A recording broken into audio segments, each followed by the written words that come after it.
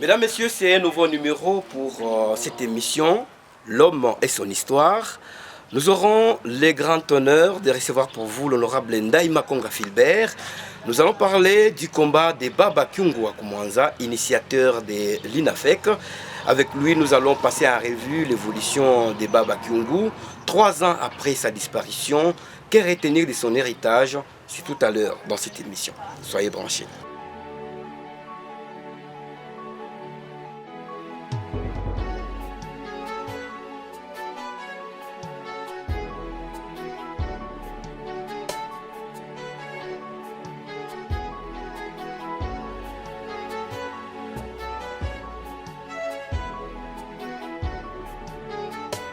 Et voilà, mesdames et messieurs, comme je vous l'avais annoncé, c'est vraiment un grand honneur de recevoir pour vous l'honorable Ndaï Makonga Philbert.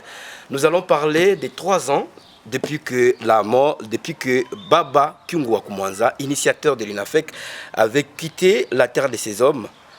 Un jour, une histoire, un homme, une histoire, c'est tout à l'heure. Excellence, soyez les bienvenus. Merci beaucoup, monsieur le journaliste. Prenez place. Ok, au plaisir. Merci. Honorable, bonjour. Bonjour. Est-ce que les téléspectateurs et auditeurs peuvent découvrir, nous sommes en face de quelle personnalité? Vous pouvez vous présenter. Merci beaucoup. Je suis monsieur Ndaï Makonga Philbert. Il y a les qualificatifs qui doivent nous être utiles à pouvoir vous expliquer. C'est-à-dire, je suis le fédéral de l'INAFEC, Olomami.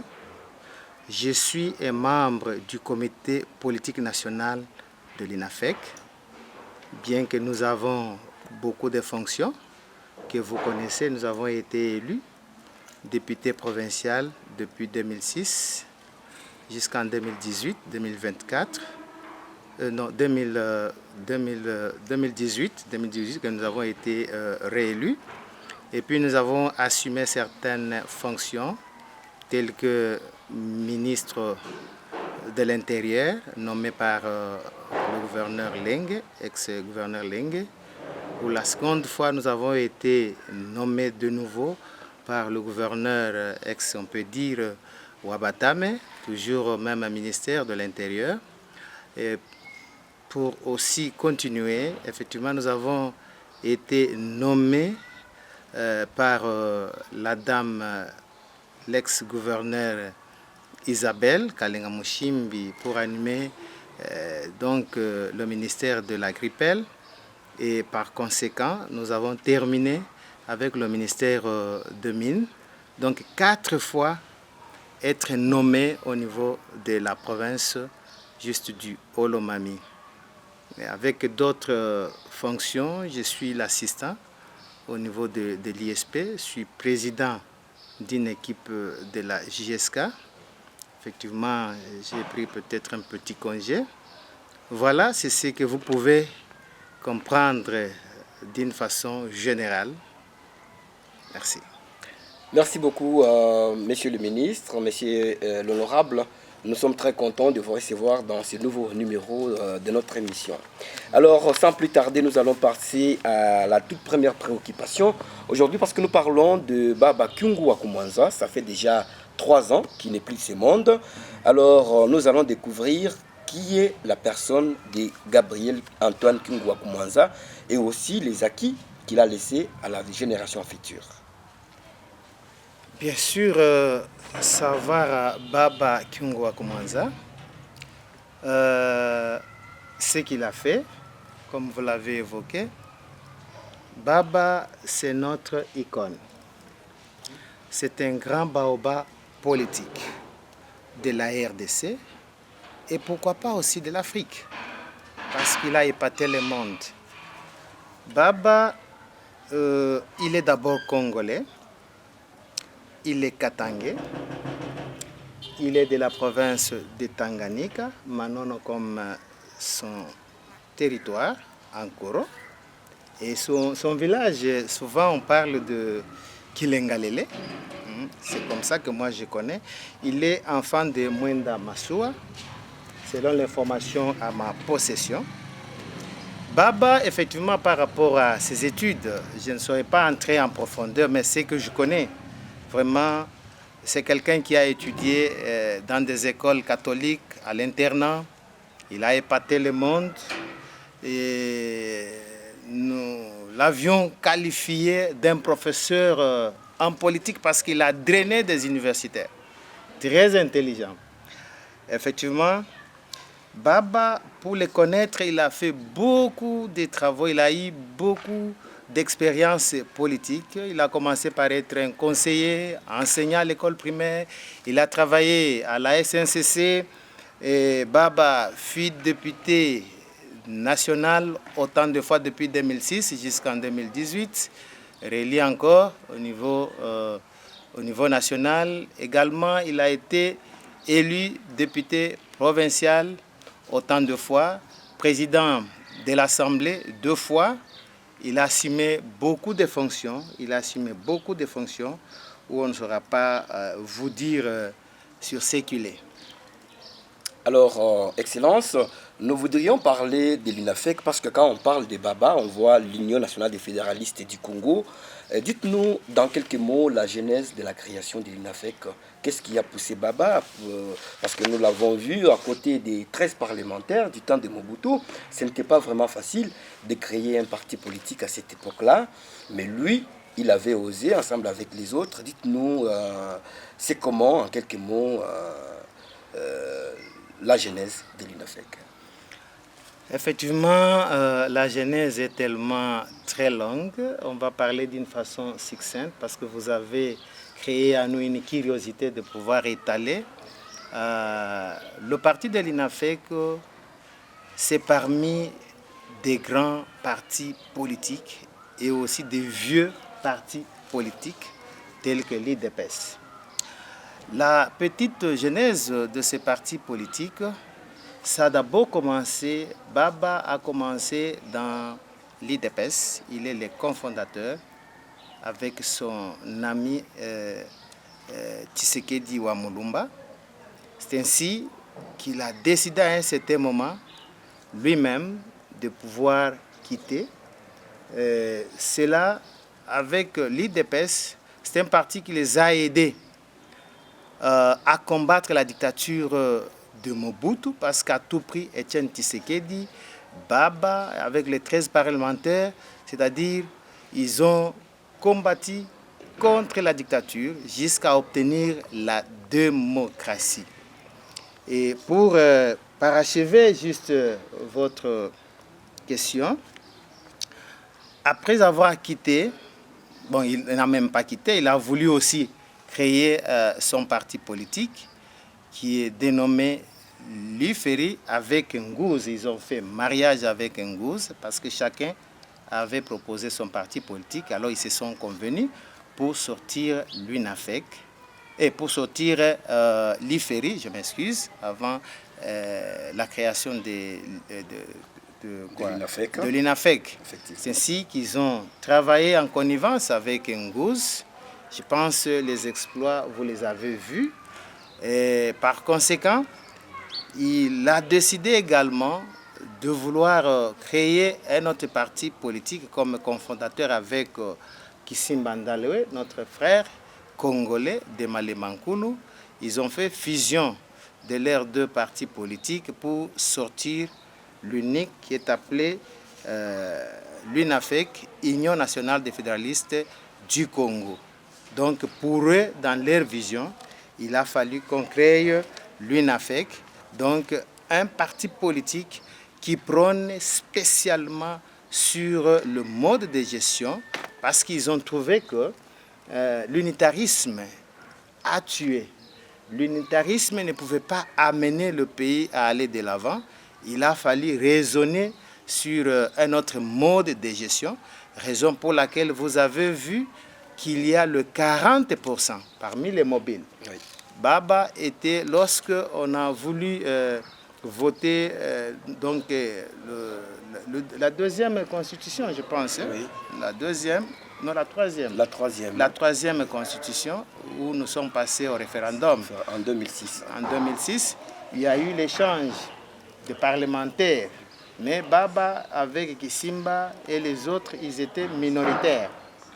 Au moins là, c'est Joseph Kabila qui a essayé un peu de trancher et aider, comme il était à la tête de la République démocratique du Congo.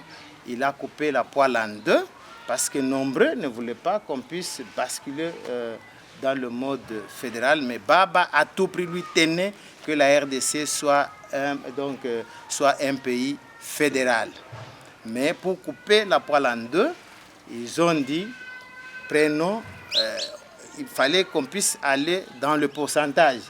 Donc c'est ainsi qu'on a donné le 40% comme le fédéralisme. C'est-à-dire, à un certain moment, il a fallu qu'on puisse retenir les 40% pour un peu satisfaire le besoin local, parce que les provinces doivent produire et que les 40% leur puissent être rétrocédés. Mais Baba n'a jamais voulu le terme rétrocéder parce que ça, ce n'est pas constitutionnel. Oui. Il fallait que ça soit retenu à la source.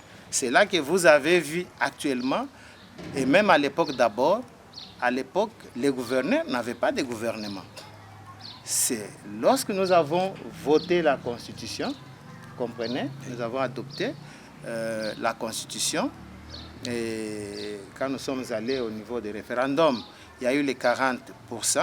Donc les 40% a permis pour que le gouverneur puisse avoir le gouvernement provincial et qu'il fallait qu'on puisse leur joindre les assemblées provinciales dans chaque province. Voilà le but de Baba. Il voulait le développement à la base. Vous comprenez? Oui. Le développement à la base. Merci. Merci beaucoup, honorable, pour cette précision. Alors, nous allons passer à une autre étape. 3 ans après la disparition de Baba, nous savons qu'il a mené une longue lutte politique. Nous l'avons vu aux côtés de l'Iferi, comme vous l'avez bien souligné. Il a mené ensemble avec Moïse Katumbi, ensemble. Les G7 à l'époque, il est parmi les gens qui ont renversé la tendance au pays. Si aujourd'hui nous pouvons parler de l'alternance, il est parmi les artisans qui ont joué ce rôle-là. 3 ans après la mort de Baba, il y a quelque chose que nous pouvons retenir. Les partis, après la disparition de Baba, nous voyons qu'il y a des conflits. Il y a également de l'évolution. Est-ce qu'il y a des ailes? Parce qu'aujourd'hui, on parle des ailes Lungange, ailes Mireille. Qu'est-ce que vous allez expliquer à la communauté qui nous suit à ce moment?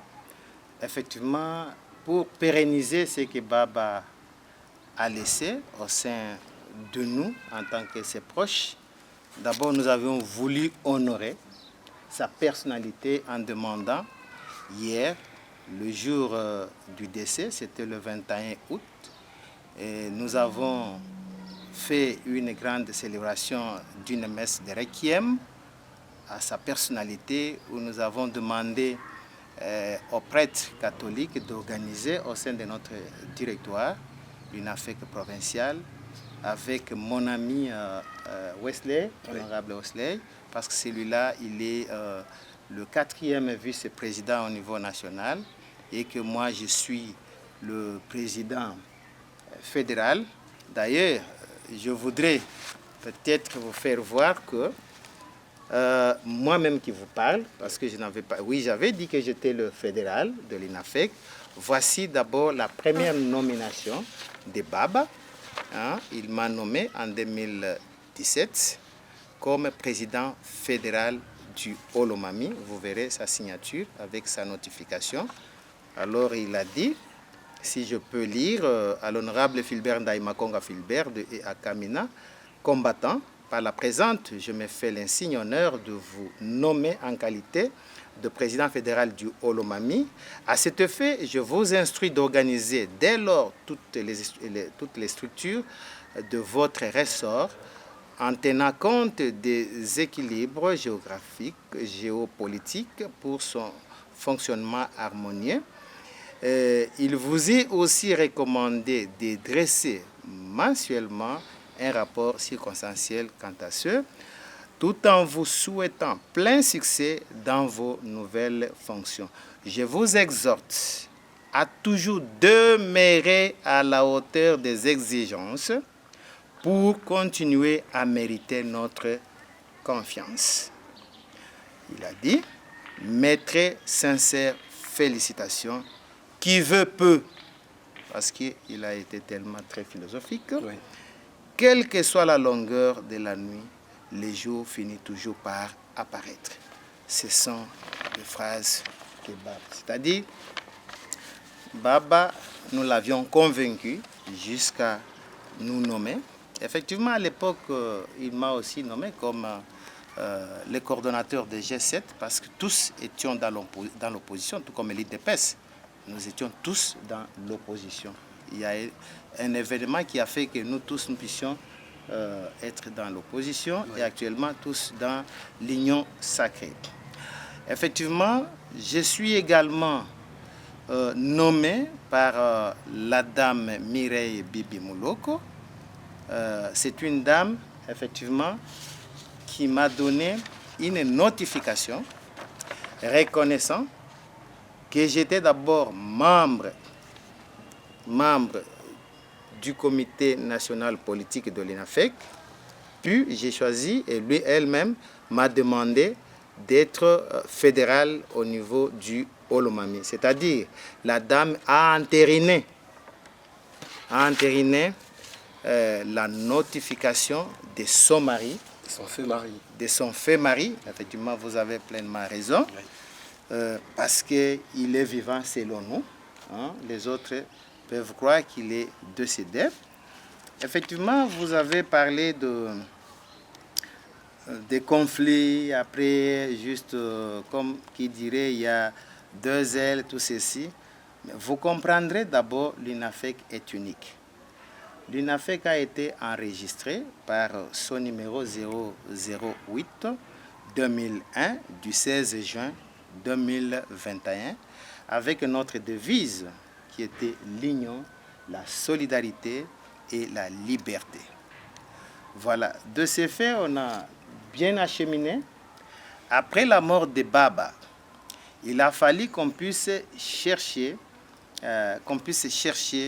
quelqu'un qui pouvait animer le parti. C'est ainsi qu'on a confié juste la présidence à l'intérim de notre frère, grand frère, Lungange. Et c'est ainsi que quand il a pris le bâton de pèlerin, il y a quelque chose qui ne nous avait pas plu. C'est-à-dire qu'il y a eu sous forme d'un coup d'État au niveau de notre parti politique. Parce qu'après la mort du président, le vice-président doit faire l'intérim pour un petit temps et organiser le congrès. C'est ce que prévoit les statuts. C'est ce qui prévoit juste le statut qui est là. Alors, à ce temps-là, le comité politique national pouvait siéger et élire juste le nouveau animateur en remplacement de Baba. Mais par conséquent, on a traîné les histoires en longueur tout en créant un présidium de 5 personnes. Et ce présidium, nous n'avions jamais été associés. Du moment qu'on faisait part, vous comprenez? Bureau politique national. Voilà, bureau politique national, avec mon ami Wesley, qui est le président et le secrétaire, le vice-secrétaire au niveau national. Il n'a jamais été associé.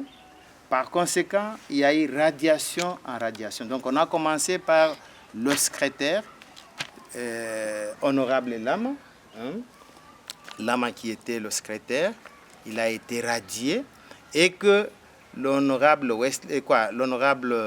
Ladislas a été accepté légalement par le premier et le vice-premier ministre, ministre de l'Intérieur, qui pouvait accepter nos correspondances de partis politiques sur le choix de Ladislas Lungange. À un certain moment, il y a eu qu'est-ce que je voudrais dire, ce présidium qui était formé de 5 présidents. Ils ont commencé d'abord par radier Lama, on a radié Kitungwa, l'honorable Kitungwa, pour nous, ça ne nous faisait pas du plaisir, parce que c'est lui qui avait de la préséance sur maman Bibi Mouloko, maman Sakina, Matembele, Lungange, ainsi de suite. Alors,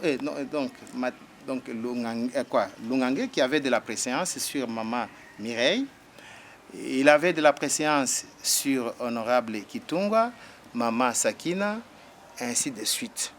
Et par conséquent, ils ont radié toutes ces personnalités au sein du parti. C'est-à-dire quoi?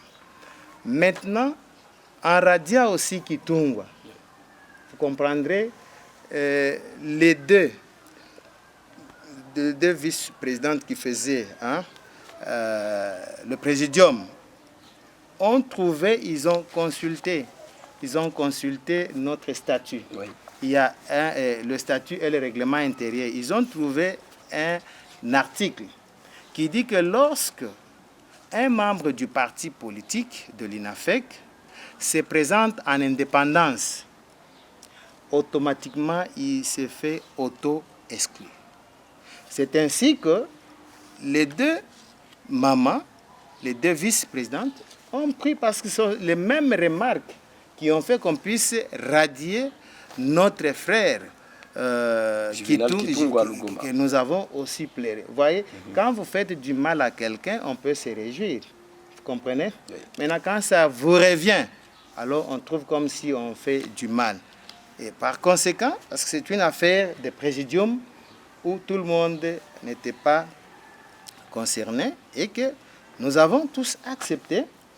Et par conséquent, il a fallu qu'on puisse légaliser ces remplacements de Lungange en qualité d'un président qui est radié, un président à l'intérim qui est radié. Ça a été entériné par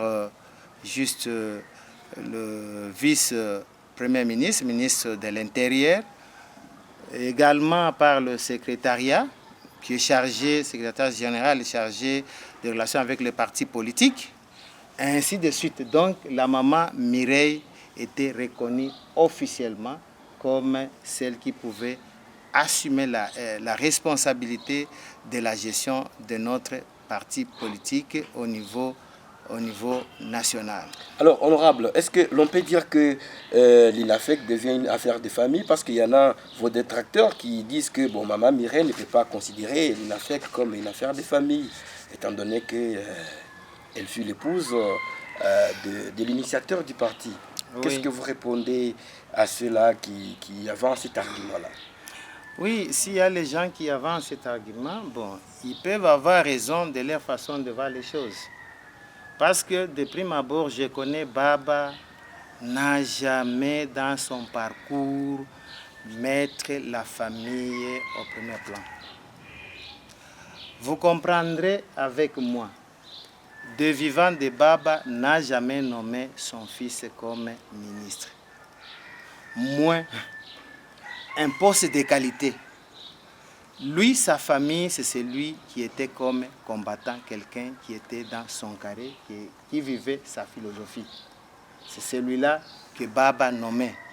Par exemple, à partir d'ici, nous l'avions élu nous-mêmes. La maman ne s'était pas imposée. C'est-à-dire qu'il y a eu plus de fédéraux. Il y en avait beaucoup. Il y a eu le président fédéral du Haut-Katanga, présidente fédérale du Haut-Katanga, Tanganyika honorable Koya Mawazo. Olomami, il y avait l'honorable Ndaï Makonga Filbert, Lualaba, Kona, Nord Kivu, Sud Kivu, Chopo, Sud Ubangi, Kwilu, Kwango, Congo central, Kasaï central. Il y a eu Kasaï oriental, Kinshasa, Maïndombe, ainsi de suite. Donc, il y a eu plus de 20 fédéraux qui ont répondu à cet appel et que nous l'avions nommé.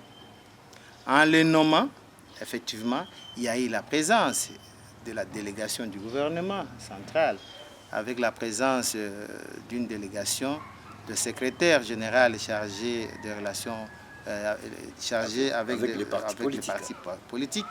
effectivement, ils ont été là, notre ex-premier ministre Samalou Kondé, avec les regroupements, ont envoyé les différentes représentations qui ont participé juste à notre congrès.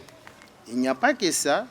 Avant, parce que la maman, lorsque elle a été choisie à la tête de la présidence de l'Union nationale des fédéralistes du Congo, à l'intérim, la lettre a été adressée au ministre de l'Intérieur, notre ministre honoraire Kankonde, qui a entériné tout en donnant, tout en acceptant réellement que la dame était la présidente par rapport aux pièces qui étaient jointes, pièces de conviction, et que nous avons également été entérinés par le secrétaire général chargé avec des relations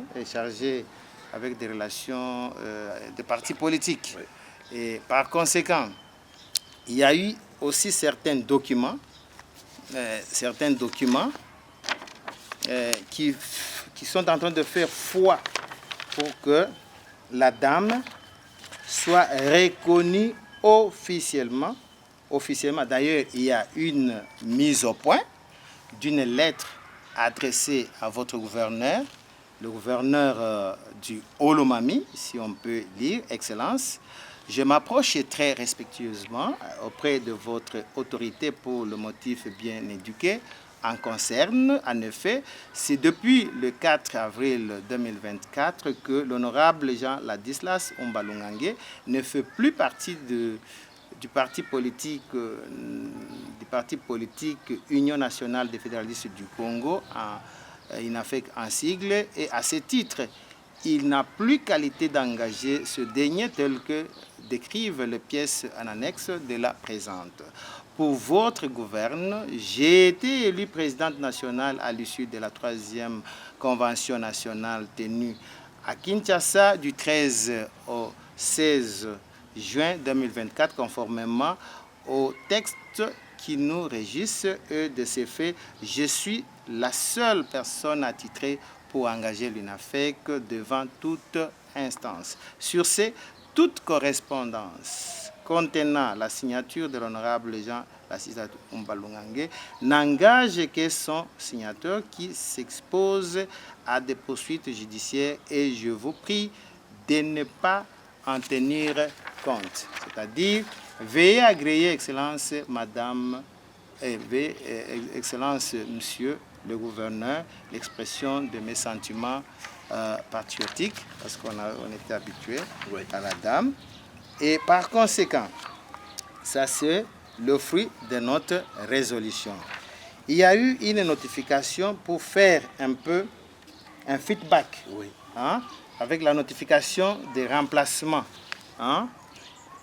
du président AU, c'était une accusée de réception, à M.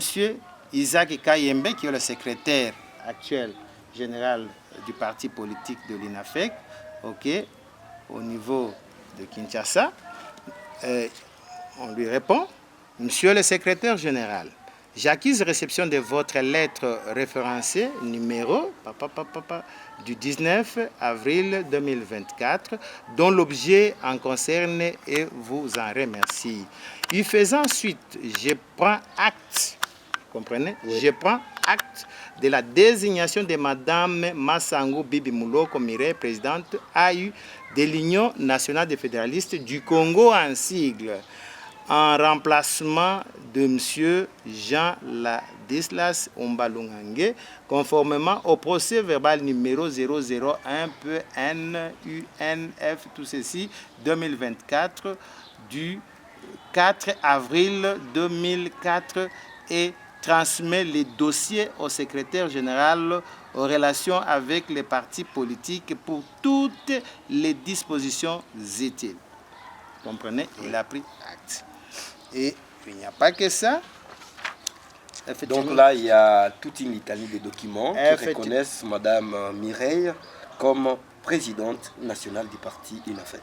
Oui, effectivement, il y a le parquet général près des cours de cassation. Oui. Nous avons ces documents. Oui. Nous avons Nous avons également Cour de cassation, Conseil d'État, vous comprenez? Oui. Conseil d'État, nous avons tous ces documents. Oui. Vous pouvez,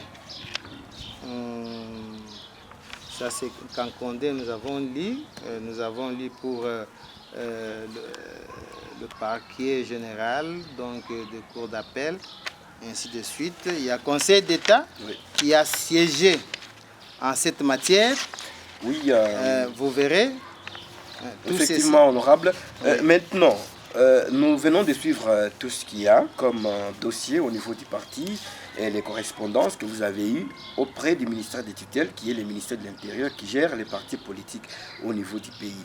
Maintenant, qu'est-ce qui est fait au niveau du parti pour pérenniser les combats divisionnaires du parti qui est Antoine Gabriel Kungwa Mwanza? Effectivement, vous m'avez rappelé, parce que c'était une question déjà posée, parce qu'il fallait donner la légitimité d'abord du parti. Et de la présidente. Et de la présidente, Maman Mireille. D'ailleurs, c'est elle que je porte, vous avez vu. La dame Mireille, c'est mon choix. D'abord, c'est mon choix parce que c'est par rapport à son expérience. Elle était aux côtés de Baba, de tout son parcours. C'est une dame qui est députée nationale depuis 2006. C'est alors d'abord mon choix. Maintenant, pour pérenniser les acquis de Baba,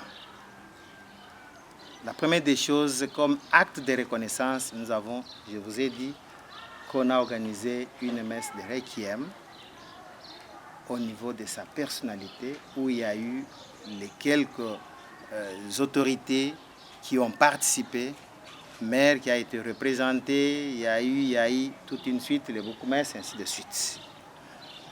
Et nous avons eu d'abord à inviter les fédéraux, d'ailleurs ils ont fait leur déclaration, le soutien de l'INAFEC Maman Mireille, ils ont accepté de venir répondre à notre appel. Ça a donné un peu de la fierté de ce que nous avions fait. Pour pérenniser l'acquis de Baba, juste dans son parcours, Baba, bien sûr, il a fait une lutte contre la dictature de Mobutu. Nous tous, nous devons aussi avoir le courage de pouvoir combattre contre le mal. Parce que lui-même aurait dit que Ndaï, il y a une phrase qu'il ne cessait de prononcer. Il dit qu'il avait eu peur d'avoir peur. Il avait eu peur d'avoir peur. Ça, c'est Baba qui ne cessait de pouvoir. Nous devons pérenniser l'acquis de l'obtention de la démocratie. Même si vous êtes le chef, vous devez donner l'opportunité de pouvoir comprendre la base, leurs cris. Vous comprenez? Oui. Tout ce que la population peut vous demander de faire, c'est ce que vous, en qualité de chef, pouvez. Donc nous devons mettre ça dans nos têtes. Baba, vraiment, il est le grand fédéraliste. Vous comprenez? Moi, aujourd'hui, nous savons que le pays a arraché les 40% et entré au fédéralisme. Nous voudrions, on est en train de rêver pour que le pays soit un pays fédéral. C'est ce que nous devons mettre dans notre tête. L'unitarisme, par expérience, nous avons trouvé qu'il a fallu imiter certains pays qui appliquent le fédéralisme. Comme les États-Unis. Comme les États-Unis, le Nigeria, ainsi de suite. Je vous dis que Baba, bien sûr, le découpage pour lui, il a trouvé que c'était le poison qui pouvait détruire le pays, parce que ça pouvait retarder le développement. Parce qu'avec la création de 15 gouverneurs, avec le vice et les autres, le salaire qui flottait dans l'air, Et chaque gouverneur avec 10 ministères, plus les commissaires, heureusement que nous avons salué. Actuellement, ils ont la guesse là. Donc, chaque ministre avec toute une suite. Mais cet argent qu'ils pouvaient investir dans les réhabilitations des routes, de ceci, eau potable, électricité. Alors, vous avez senti que nous avions reculé. Oui. Et c'est là qui a permis que moi, je puisse aussi être opposant au Parlement. J'étais l'unique au Parlement qui n'avait pas aussi accepté. Vous étiez contre les découpages. Mais moi, j'étais contre les découpages. C'est parce que vous pouvez me dire que pourquoi vous avez accepté d'être ministre. Ouais. Oui, vous avez été contre les découpages, mais vous avez été ministre provincial dans les Olomami, les découpages qui ont reconnu les Olomami comme province. Oui, effectivement. Si on a découpé et que j'ai refusé, parce que c'est la voix de la majorité. Est-ce que moi je pouvais quitter les Olomami? Est-ce que je pouvais quitter les Olomami parce qu'on a découpé? Non, c'est ma province. Là, on a suivi la voix de la majorité. Mais il était contre, pas pour dire que est-ce qu'il a suivi certains articles de la Constitution. Bien sûr, tous les articles de la Constitution ou toutes les lois dans certains pays ne peuvent pas toujours être utiles. Vous comprenez? Oui. Il peuvent y avoir de très belles lois, bonnes lois, et ainsi de suite. Mais certaines sont des lois sorcières. Ça nous a retardés. Vous avez senti qu'il y a toujours des conflits, des radiations, il y a eu de ceci, on fait quitter le gouverneur parce que les députés ne sont pas satisfaits. Vous comprendrez, ça nous a créé beaucoup de lacunes. Prenons le cas du Olomami. Combien de gouverneurs? Dans les lois là-bas, depuis que le loi là-bas est en train d'exister, vous avez vu en dehors de notre ex-gouverneur Mouyej. Oui. Mais c'est la dame qui est là. Elle a juste acquis une expérience. Mais il y aura une différence avec les Olomami. Notre 4x4, Mokuba Mukol, est parti quelques minutes. C'est l'ex-gouverneur Mwenzemi qui est parti. C'est Mokuba Lenge, l'ex-gouverneur, qui est parti. Et c'était l'autre Denis qui a aussi dirigé l'ex-vice-gouverneur à l'intérim qui est parti. Il y a également le gouverneur Wabatame pour quelques minutes. Oui. Et puis il y a eu qui? Le gouverneur Isabelle Kalenga qui est parti. Donc, vous comprendrez par la suite. C'est pourquoi moi, on m'avait demandé d'être président de l'Assemblée. À l'époque, par Baba, quand il y a eu un peu de conflit, j'ai dit, Baba, je refuse d'être président de l'Assemblée, mais si je peux me retirer et qu'on puisse choisir un autre président pour que le gouverneur Leng puisse rentrer.